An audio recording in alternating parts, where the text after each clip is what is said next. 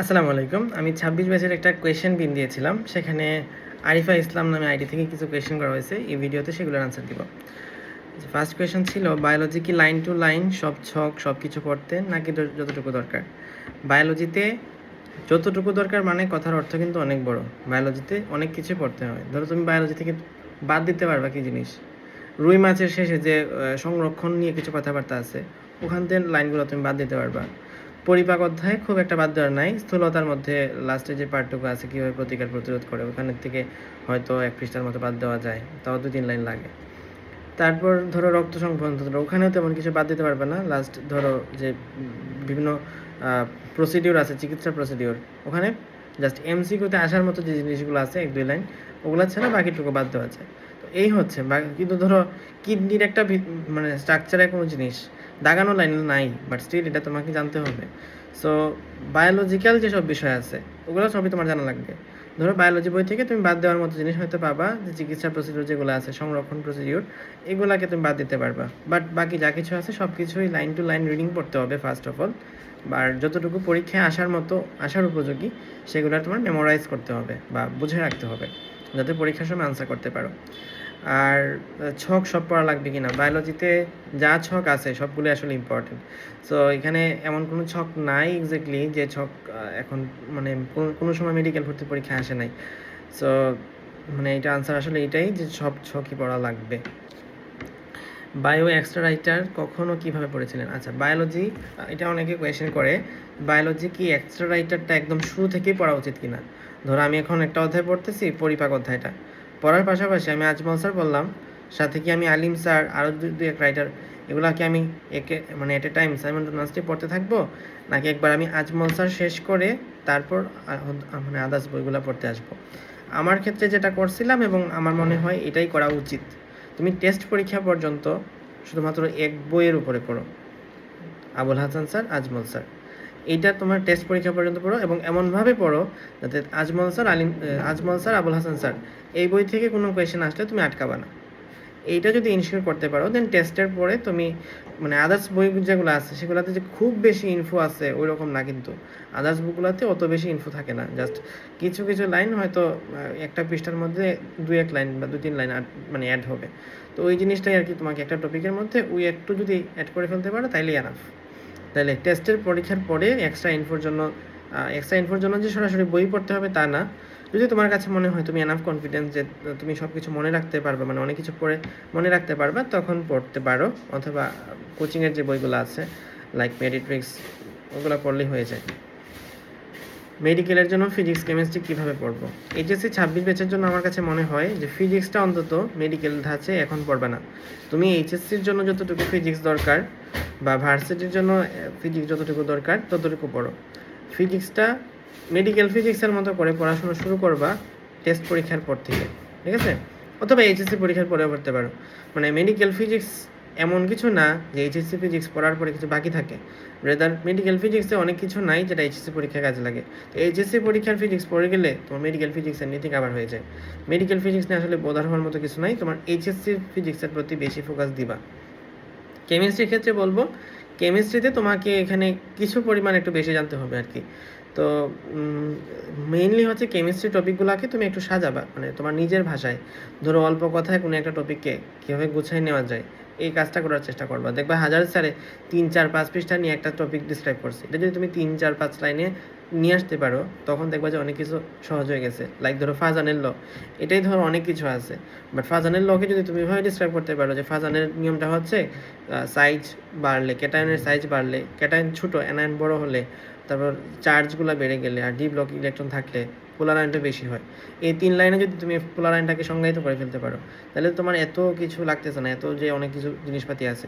তো এই যে ৩-৪ লাইন ২-১টা কথার মধ্যে তুমি সাজিয়ে ফেলতে পারো, কেমিস্ট্রিটা তখন ইজি হওয়া শুরু হবে। কেমিস্ট্রির জন্য কনসেপচুয়াল ক্লিয়ারটা থাকা মাস্ট। কনসেপচুয়াল ক্লিয়ার করতে পারলে দেন তুমি আসলে সব কিছু করতে পারবা।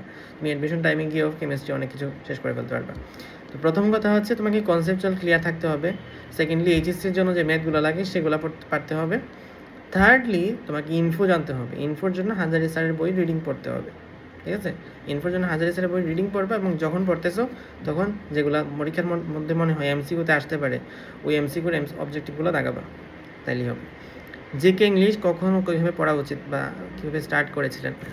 জিকে ইংলিশের জন্য আমি স্টার্ট করছিলাম, আমি তো অ্যাডভান্স মেডিকেল ব্যাচ করছিলাম 22 ব্যাচের সাথে, আমার সিনিয়র ব্যাচের সাথে। তো তখন থেকে আমার আসলে পড়া হয়েছে। বাট কেউ যদি ধরো জিকেটা এইচএসসি পরীক্ষার পরে পড়ে, তাহলে খুব বেশি অসুবিধা আমি দেখি না। ইংলিশটা পড়া উচিত, ইংলিশটা আগে থেকে পড়ে রাখা উচিত। ধরো ইংলিশটা এখন থেকেই পড়া স্টার্ট করতে পারো, তাহলে তোমার যে মেমোরাইজিং টপিকগুলো আছে এই মেমোরাইজিং টপিকটা দিয়ে স্টার্ট করবে। লাইক ধরো অ্যাপ্রোপ্রিয়েট প্রিপোজিশন, যেটা তোমার এইচএসসি পরীক্ষায় কাজে লাগবে, সিনোনিম অ্যান্টোনিম, যেটা তোমার এইচএসসি পরীক্ষায় কাজে লাগবে। তারপর হচ্ছে গ্রুপ ভার্বসটা পড়ে রাখবা, প্রোভার্বস ইত্যাদি ইত্যাদি তোমার যে কমপ্লিটিং সেন্টেন্সে কাজে লাগবে। তো এই যে টপিকগুলো আছে, আমি কয়েকটা টপিক বললাম, ওয়ান ওয়ার্ড সাবস্টিটিউশন, এক কথায় মেমোরাইজিং টপিক যা যা আছে ওগুলোকে তুমি এখন থেকে পড়া স্টার্ট করবা। জিকে যদি পড়ে অসুবিধা নাই, বাট ইংলিশটা শেষ করে রাখো। ইংলিশটা এখন এগুলো দিয়ে আগাবা, তারপর আস্তে আস্তে গ্রামাটিক্যাল টপিকগুলোর মধ্যে ঢুকবা, ঠিক আছে?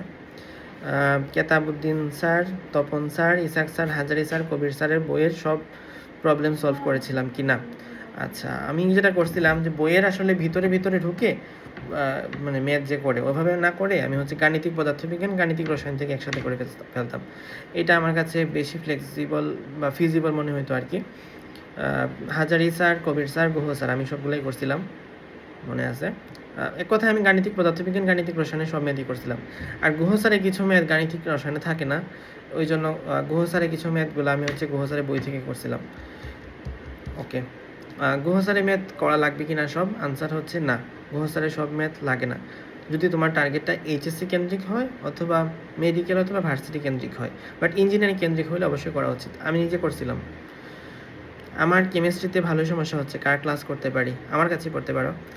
আর আমার যদি মেডিকেল টার্গেট হয় অথবা এইচএস টার্গেট হয় অথবা ভার্সিটি টার্গেট হয়, ফুললি ডেডিকেটেড ইঞ্জিনিয়ারিং যদি হয় তাহলে অনেকেই আসলে তোমার এখানে মানে পরামর্শ দেওয়ার মতো আছে। উদ্ভাসে পড়তে পারো, সৈকত ভাই আছে, শাওন ভাই আছেন, সবাই আসলে ভালো ক্লাস নেয়। অনলাইনে যারা আছে সবাই আসলে কোয়ালিটিফুল টিচার। এইচএসসি 26 ভালো কিছু করতে চাইলে কতদিনের মধ্যে ফুল সিলেবাস কমপ্লিট করা লাগবে? আনসার তো বলছিলাম, অক্টোবরের মধ্যে সব কিছু কমপ্লিট করা উচিত। না পারো তাহলে নভেম্বর, আর সবচেয়ে লাস্ট হচ্ছে ডিসেম্বর। যদি তোমার টার্গেটটা ইঞ্জিনিয়ারিং কেন্দ্রিক হয় তাহলে ডিসেম্বর হচ্ছে তোমার জন্য মানে টার্গেট, ডিসেম্বরের টার্গেটে শেষ করো, ঠিক আছে? যদি মেডিকেল হয়, ভার্সিটি হয়, তাহলে অক্টোবরের দিকে শেষ করো, কারণ ইঞ্জিনিয়ারিংয়ের দিকে অনেক কিছু একটু ডিটেলসে পড়া লাগে। বাংলা, ইংলিশ, আইসিটি মাসে কয়দিন পড়তেন? আমি পরীক্ষা ছাড়া সেরকম পড়ছি না, আমিও পরীক্ষা ছাড়া জীবনে পড়তাম না। আর আমার কাছে মনে হয় না বাংলা, ইংলিশ, আইসিটি এগুলোর প্রতি খুব বেশি সময় দেওয়ার সুযোগ আসলে আমাদের হয়।